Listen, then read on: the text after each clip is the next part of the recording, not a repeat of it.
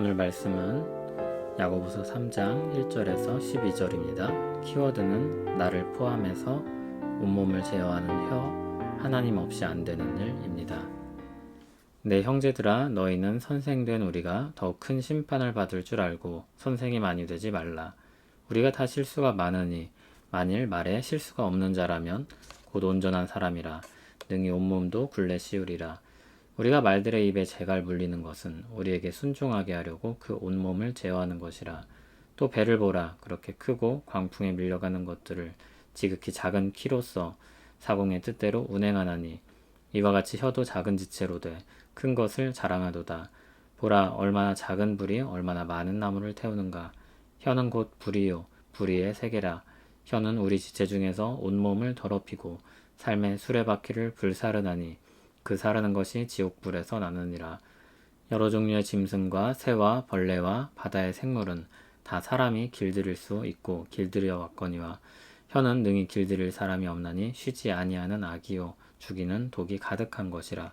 이것으로 우리가 주 아버지를 찬송하고 또 이것으로 하나님의 형상대로 지음을 받은 사람을 저주하나니 한 입에서 찬송과 저주가 나오는도다. 내 형제들아, 이것이 마땅하지 아니하니라. 샘이 한 구멍으로 어찌 단물과 쓴 물을 내겠느냐. 내 형제들아, 어찌 무화과 나무가 감람 열매를 포도나무가 무화과를 맺겠느냐. 이와 같이 짠물이 단물을 내지 못하느니라. 아멘. 오늘 본문은 말에 대한 내용입니다. 1절을 보면 선생된 사람들에 먼저 초점을 두고 있습니다. 그런데 야고보서는 자신을 쏙 빼놓고 남 이야기하듯이 말하지 않습니다. 야고보서는 선생된 우리라고 말합니다. 자신과 함께 선생된 위치에서 더 큰 책임을 가지고 있는 사람에게 주는 말씀입니다. 자신을 포함해서 이 이야기를 적용하도록 합니다. 이것은 선지자들의 마음과 같은데, 선지자들은 당대 백성들의 죄를 고발하면서 하나님의 정죄와 심판을 선언했습니다. 그때 선지자들이 그 죄를 남의 일로만 돌리지 않았습니다. 그들은 우리의 죄라고 말했습니다.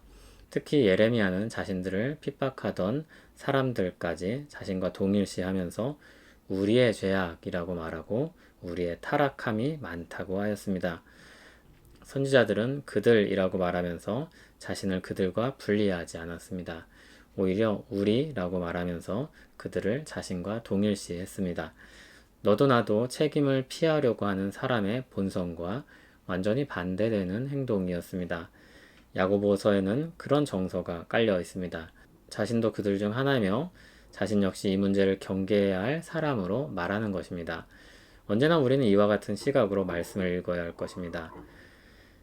그렇지 않을 때 우리는 이 말씀으로 다른 사람을 찌를 것입니다. 그러나 나를 포함해서 그리스도 은혜 안에서 이 말씀을 읽으면 언제나 사람을 살릴 것입니다. 2절을 보면 우리가 다 실수가 많으니 라고 하면서 본격적으로 말에 대한 문제를 이야기합니다. 말은 사소한 것처럼 보이지만 온 몸을 굴레 씌울 정도로 영향력이 큰 것입니다. 3절에서 5절에는 말의 기능과 영향력에 대해서 이야기합니다. 동물의 말에 입에 재갈을 물리는 것은 그 말을 통제하기 위해서 하는 일입니다. 배에 키를 다는 것은 사공의 뜻대로 배를 제어하기 위한 것입니다. 이처럼 재갈과 키는 작은 것이지만 말과 배를 움직일 수 있는 아주 중요한 것입니다. 사람에게 있어서 이 재갈과 키와 같은 역할을 하는 것이 바로 혀입니다. 그것은 작지만 엄청난 영향력을 미칩니다. 작은 불이 많은 나무를 태우듯이 온 몸을 좌우할 수 있습니다. 6절에는 이 영향력 있는 신체 기관인 혀가 부정적으로 사용될 때 어느 정도까지 문제를 일으킬 수 있는지 말합니다. 혀는 많은 나무를 태우는 것처럼 큰 피해를 입힐 수 있는 불과 같습니다. 그래서 온몸을 더럽히기도 하고 온 인생을 불사를 수도 있습니다. 그것은 마치 지옥불에서 나온 것과 같은 불로서 인생 모두를 불태울 수 있습니다. 우리가 모든 것을 길들이지만 이 혀만큼은 도저히 길들일 수 없습니다. 타락한 인간의 혀는 악독이 가득하기 때문입니다. 혀의 영향력이 크기 때문에 말에 대한 문제점을 제기합니다. 그러나 실상 이것은 죄성을 가진 사람의 마음의 문제입니다.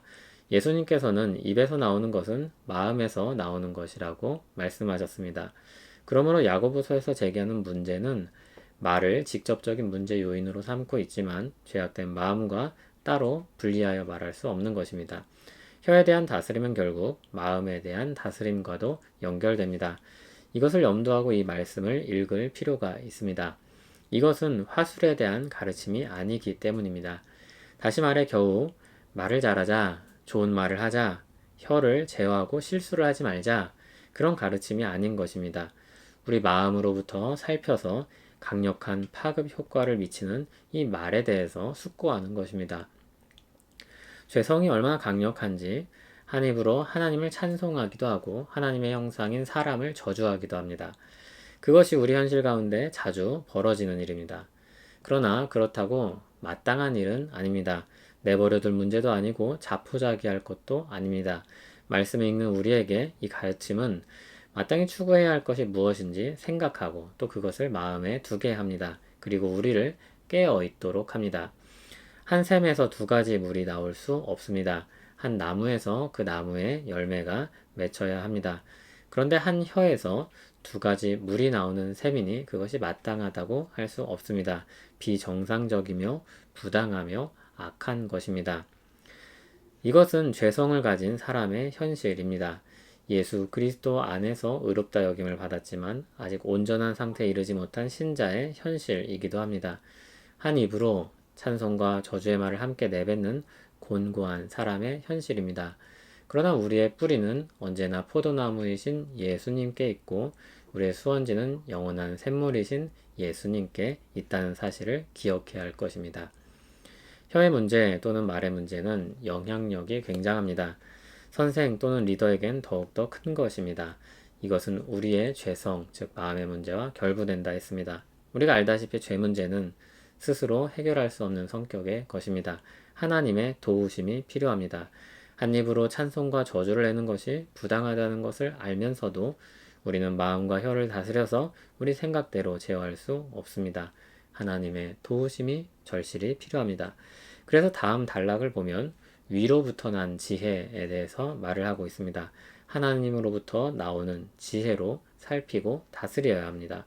그 자세한 내용은 내일 이야기할 것입니다. 오늘은 이 문제가 얼마나 중요한지 그리고 제어할 필요가 있다는 것을 생각하며 깨어 있도록 기도해야 된다는 것을 교훈으로 삼고 마치려고 합니다.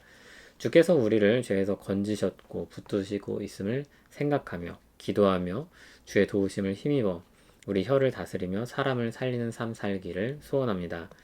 하나님 아버지, 우리를 죄의 굴레에서 풀어주시고 새로운 삶을 살게 하셨습니다.